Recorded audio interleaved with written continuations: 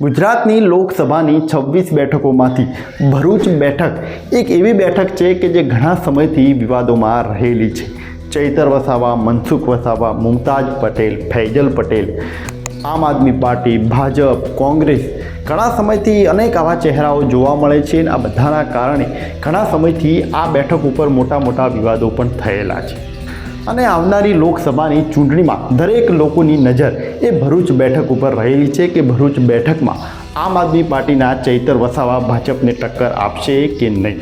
Bharatiya Janata party 26માંથી 26 seat લઈ જવાનો જે લક્ષ્યાંક ધારીને જે બેઠી છે એ 26માંથી 26માં આ એક સીટ લઈ જશે ખરી, કેમ કે બીજી સીટો તો કદાચ ભારતીય જનતા પાર્ટીમાં જશે એની પૂરેપૂરી સંભાવના કહી શકાય, પરંતુ આ એક જ એવી બેઠક ભરૂચ બેઠક એ ચૈતર વસાવાના કારણે એક એવો અલગ માહોલ બની ગયો છે અને વિપક્ષનું આખું એક મજબૂત વર્ચસ્વ બની ગયું છે અને એના કારણે દરેક લોકોના મનમાં આ શંકાઓ પણ રહેલી છે।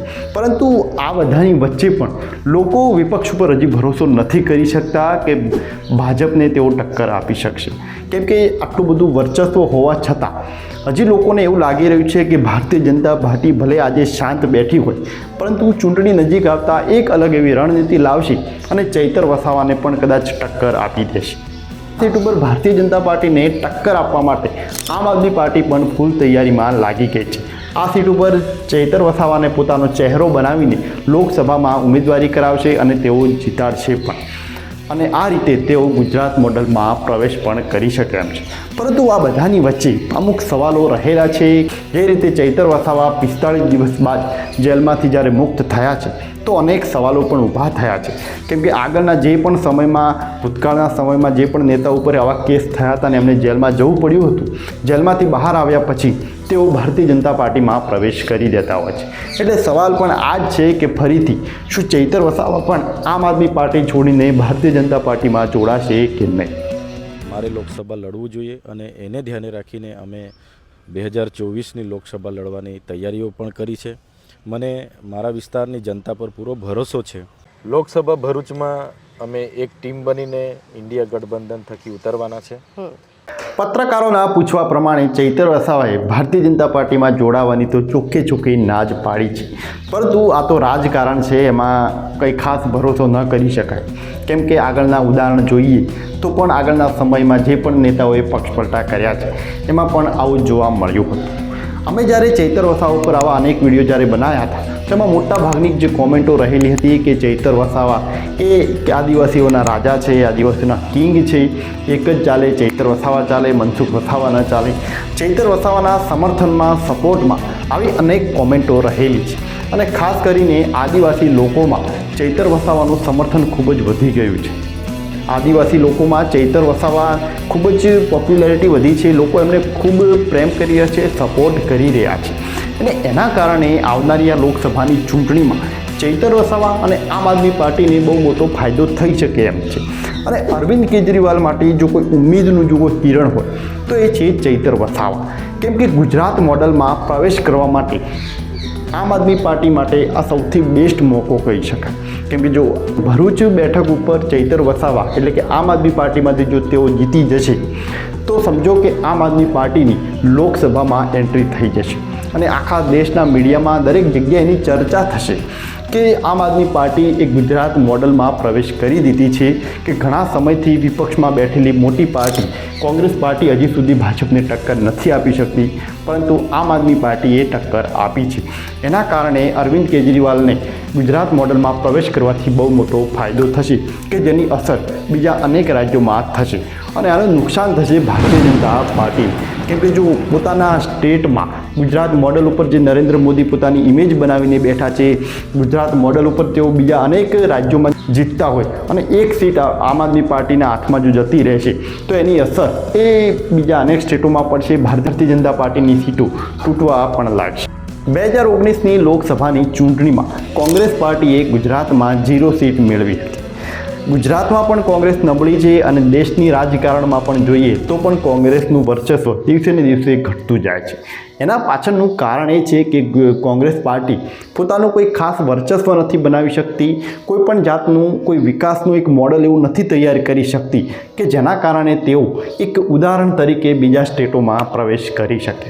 એના પાછળનું કારણ પણ એ રહેલું છે. અને 2019માં એ સમયે છત્તીસગઢ અને રાજસ્થાન આ બે સ્ટેટ એવા હતા કે જે કોંગ્રેસ પાર્ટીની સરકાર હતી, પરંતુ એ બંને સ્ટેટોમાં કોઈ પણ જાતનું એવું મોડલ તૈયાર કરવામાં નહોતું આવ્યું કે જેના કારણે કોંગ્રેસ પાર્ટી એ બીજા અનેક સ્ટેટોમાં પોતાનો પ્રવેશ કરી શકી.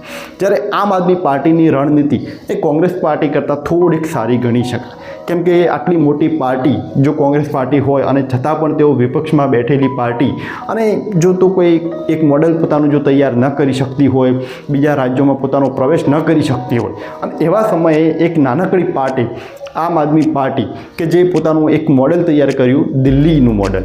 દિલ્હીમાં પોતાની એક હોસ્પિટલ, સ્કૂલ, કોલેજ, મોહલ્લા ક્લિનિક, અલગ અલગ એવી સ્કીમ ફ્રીબીઝ આપી અને અલગ અલગ એવી સ્કીમોના આધારે તેઓએ અલગ અલગ બીજા સ્ટેટોમાં પણ પ્રવેશ કર્યો. પંજાબમાં પણ તેઓને પ્રવેશ કર્યો અને બીજા અનેક સ્ટેટોમાં પોતાની સારી એવી મેજોરિટી તેઓ લોકોએ મેળવી રહ્યા છે. એટલે એ કહેવાનો મતલબ કે કોંગ્રેસ કરતાં આમ આદમી પાર્ટીની થોડીક રણનીતિ અલગ રહેલી છે. અને ભારતીય જનતા પાર્ટીમાં નરેન્દ્ર મોદીની ઇમેજ સૌથી થોડી ટોપ ઉપર પહોંચી હોય, દેશના ગુજરાતમાંથી દેશના રાજકારણમાં નરેન્દ્ર મોદી જો પહોંચ્યા હોય તો એ પાછળનું કારણ હતું ગુજરાત મોડલ.